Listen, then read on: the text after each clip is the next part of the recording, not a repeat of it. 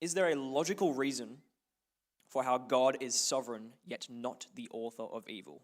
Or is it just a mystery? So God's sovereign. Okay. Yes, both.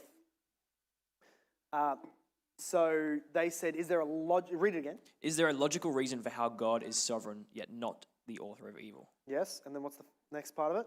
Or is it just a mystery? Right. No, it is a mystery in the sense that we can't wrap our minds entirely and fully around it, and we'll get to that why, but it is logical. If it's not logical, it's not a mystery, it's a contradiction. We need to realize the differences between them. A paradox or even a mystery is not the same thing as a contradiction. Never expect to find a contradiction in the Bible and go, which, now, the strict terminology of a contradiction is the law of non-contradiction. A also equals not A. That's a contradiction. Oh, that is a contradiction. Yes, that's right. Do you know the formula of the law of non-contradiction? I'm sure you do. Yeah, I was impressed that you got that. I was expecting you to just sort of go blank and throw it back. Thinking back to my maths. A cannot be A and not A, both at the same time and in the same relationship. So A cannot be both A and not A in the same category and sense and at the same time. All of those elements, it's a very, very tight definition. So in other words, the Bible has zero contradictions because then it would have no logic, no truth.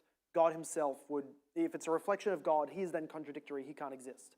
A true contradiction does not exist. So don't ever think, oh, that contradicts itself, but hey, it's a mystery and we have faith. No, faith does not accept contradictions. Faith does accept mysteries, where we go, I can't exactly explain all of that, but I'm okay with that. He's God, I'm not. So take the Trinity, for example. How can God be one being and three eternal persons that subsist eternally without being distinct beings? How does that not, you go, well, welcome to the plane of existence you live on. And on the plane of existence that you live on, God has given us the ability to understand Unitarian existence. That is, I'm a one being and I'm one person. There is no, I don't care how hard your Sunday school teacher tries or some bloke on YouTube tries, there is no analogy for the Trinity in this world which is not technically a heresy. An egg doesn't work, water doesn't work, that's Sabellianism and modalism, it's all bad. Partialism, they're all heresies. Why? Because God created a Unitarian world.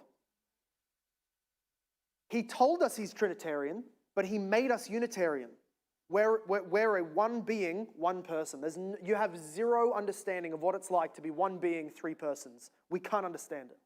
And so in the same sense, we go, well, that's all logical because it doesn't contradict, but how the heck can you be one being, three persons? That's the mystery. Now we bring it over to the predestination, God's decree. How can he not be the author of evil, though he positively decrees evil things to happen? We also need to understand that God is an infinite mind outside of time. That's his plane of existence. Then he makes us with minds that are bound by time and that are finite minds that change and grow.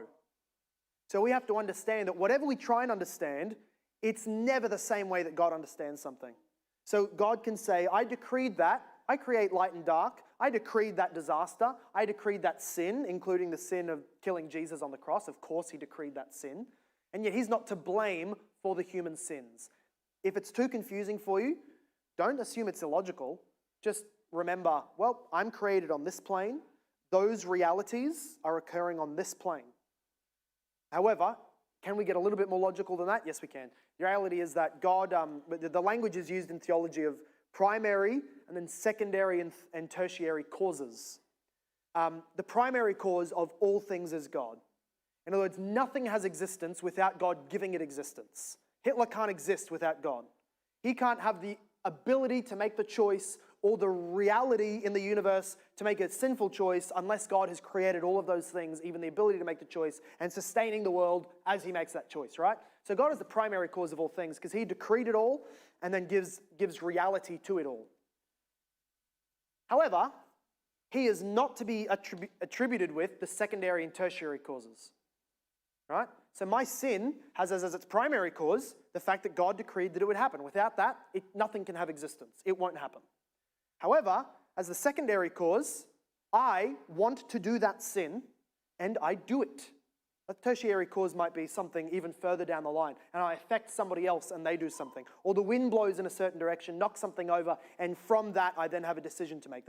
Right? But the point is, when we talk about being the author of evil, we don't mean that God is not the primary cause, the first cause of all sin.